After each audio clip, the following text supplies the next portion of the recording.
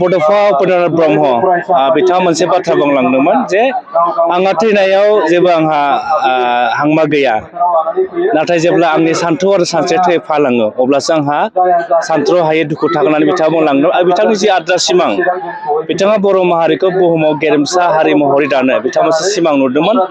आरो बिथांनि सिमांखौ मोगथां महराव होनो थाखायनो दुलाराय बर' फरायसा आफादा 2019 मायथाइयाव पाटासिपुराव जेब्ला जोंनि दुलाराय बर' फरायसा आफादनि बोसोरसालियाव जथुम्मा जादोंमोन आरो बै थान्दै मेलावनो बिथांनि आद्रा सिमांखौ दुलाराय बर' फरायसा आफादा मोगथां महर जाफुंहोनो थाखाय बिथांनि मुङैनो बड'फा गोजोरथियारि सोलायनाय मावथांखि जों मोनसे मावथांखि लादों।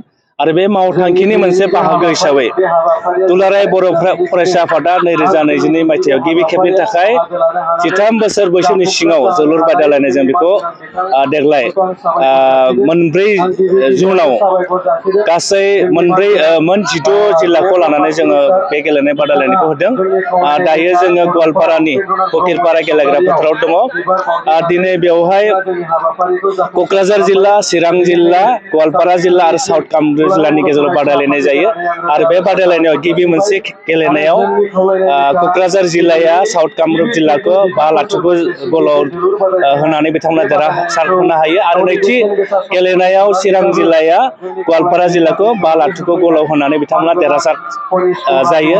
आरो गाबोन फिन जों 5 नभेम्बराव चिरां जिल्ला आरो क'क्राझार जिल्लानि गेजेराव जोङो गेलेनाय बादायलायनायखौ जों होगोन।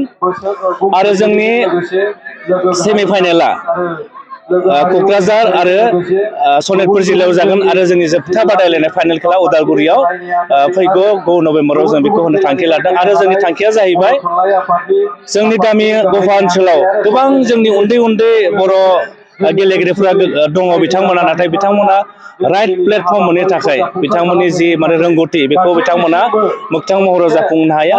जोंनि थांखिया जाहैबाय गेलेनायनि गेजेरजोंनो गामि गफायाव थानाय जिफोर जोंनि रोंगौथि बिथांमोनखौ मोनसे प्लेटफर्म होनानै गेलेनायनि गेजेरजों बिथांमोनखौ इयुनाव सासे राफोद सुबुं जानो थाखाय आरो बिनि गेजेरजोंनो जिउ राहा दानो थाखाय जोङो मोनसे प्लेटफर्म होनो नागिरदों।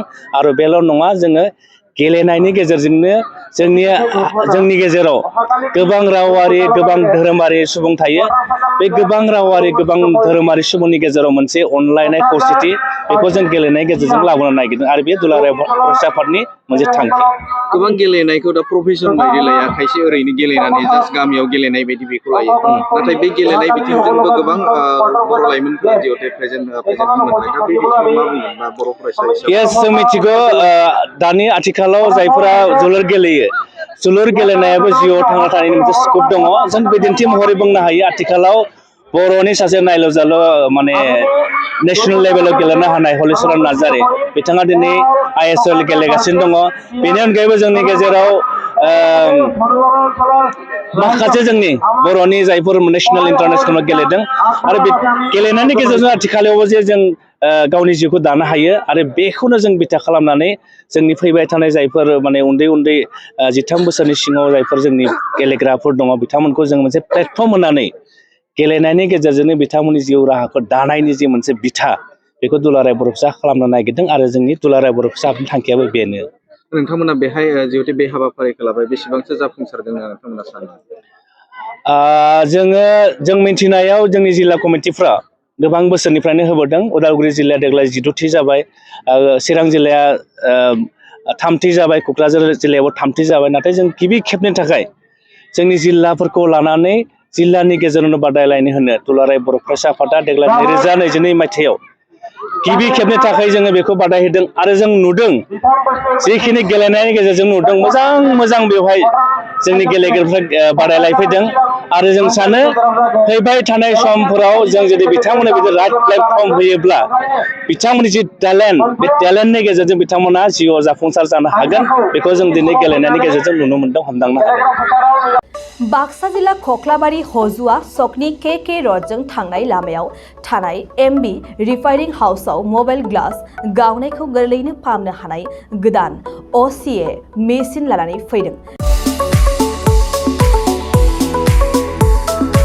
नोंथांमोना खम बेसेनावनो गावनि मबाइल ग्लास बायनायखौ MB रिफाइनिं हाउसआव फाहामनो हागोन। मबाइल ग्लास बायनायखौ फाहामनायजों लोगोसे मबाइलनि बायदि रोखोमनि बाहागो आरो बायदि रोखोमनि मबाइलनि गाज्रि जानायखौ बे MB रिफायरिं हाउसआव फाहामनो हागोन। बायदि रोखोमनि mobile glass, mobile temper, mobile charge, headphone, pen drive, memory आरो mobile battery, computer, mouse, computer keyboard आरो मबाइलनि बायदि रोखोमनि बाहागोफोरखौ मोननो हागोन। MB रिफायरिं हाउसआव फोरमायनाय बायदिब्ला दासान्दिनिफ्राय लानानै फैगौ दिवालीसिम डिसकाउन्ट होगासिनो। मख'नो गोनांदि MB रिफायरिं हाउसआव गुबुन हादोर एबा भुटान हादरनिफ्राय माखासे सुबुंफोराबो बायदि रोखोमनि मबाइलफोरखौ फाहामथाय होफैयो। आबुं मोनथिनो थाखाय 8471972412 नङाब्ला 7002741465 जानबुं अनजिमायाव जगाजग खालामनो हागोन। सम फुंनि 8:30 रिंगानिफ्राय मोनाबिलिनि 8:30 रिंगासिम।